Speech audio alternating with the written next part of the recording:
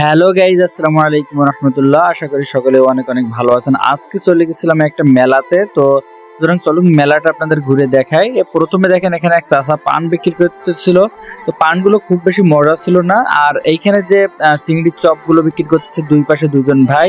তো চিংড়ির চপ এবং এদের যে বার্গার, এগুলো অসাধারণ ছিল। এখানে দেখেন বাচ্চাদের জন্য লাইট, বেলুন অসাধারণ ছিল। কিন্তু এগুলো এখানে মানুষের সমাগম ছিল অনেক। এখানে ছিল আপনার পপকর্নের শপ, এপাশে ছিল এখানে ফাস্টফুড আইটেম বিক্রি করতেছিল। এখানেও বাচ্চাদের জন্য ছিল বেলুন এবং অন্যান্য অনেকগুলো আইটেম। এখানে আমার এই সম্পর্কে কিছু পরিচিত মানুষ, তারাই কিন্তু বললো যে আমাদের একটু দেখা হতো, তাদেরকে অল্প করে দেখা দিলাম। এখানে বাচ্চাদের জন্য খেলনা, আর এই সাইডে ছিল কিন্তু বড়দের জন্য কসমেটিক। তো কসমেটিক সাইডে খুব বেশি মানুষের আনাগোনা ছিল না।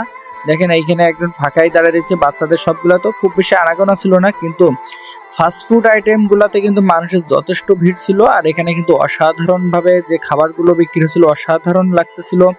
আমি বেশ কিছু খাবারও ট্রাই করে দেখছি।